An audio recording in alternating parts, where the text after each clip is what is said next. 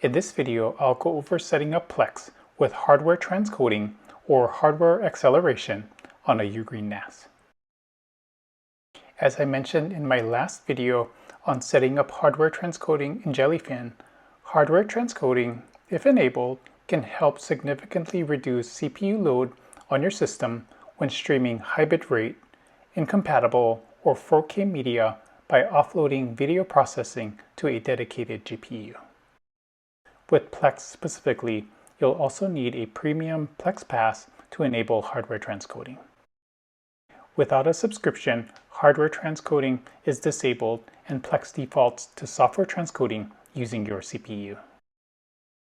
DXP UGREEN NAS models like the DXP 4800 Plus that I have include an Intel processor with integrated graphics that supports hardware transcoding and should work wonderfully with this setup.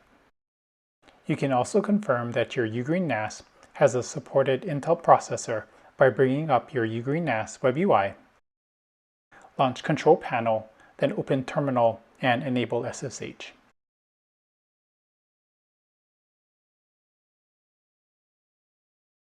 You'll then want to SSH into your NAS using a terminal application and run this lspci command.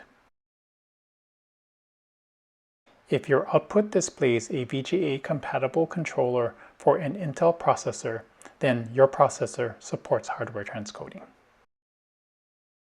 At this point, we can continue setting up Plex. Launch the Docker app, select Project, and in my setup, Plex was added to the RStack project by first following the UGREEN NAS automated media server video, then continuing on to this video where I added Plex to the setup. I'll leave links to both videos in the description of this video for your reference. Also note that if you've configured Plex as a separate project or container, this setup should work perfectly fine as well. Now I'll start reconfiguring Plex by first stopping the RStack project. Then select Compose Configuration. Scroll to the bottom of the file and add the Devices section to the Plex config, which mounts the dev DRI video device inside of the container. I'll include the full Plex container configuration, including the Devices section, in the pinned comment below.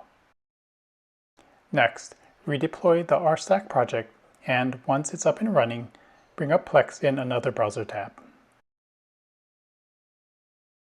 You'll then want to select Settings, then Transcoder, and make sure the checkbox to Use hardware acceleration when available is enabled, and save the changes if needed. At this point, hardware transcoding should be enabled, and we can test to make sure things are working properly. What I'll do is bring up Plex in another browser window and start playing a movie. Then I'll switch back to the original Plex browser window, click on Activity, then Dashboard. Next, I'll click on the Show Details option to display the video details for the movie that is currently playing.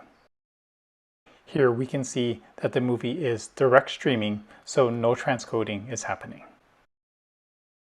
I'll switch back to the Plex browser window playing the movie, click on Settings, and change the quality of the movie playback to 1.5 megabits per second for 80p. Now, if I switch back to the dashboard once again, we can see that transcoding is happening, converting the video from 720p to 480p. Also, the HW confirms that hardware transcoding is happening, taking advantage of the integrated graphics available on the CPU of the UGREEN NAS.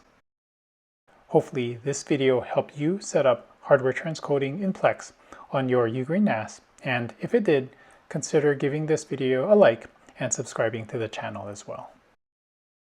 Lastly, if you'd like to support my work or hire me to help you set up hardware transcoding in Plex, feel free to contact me by clicking on the link on screen or in the description below. Thanks so much for watching.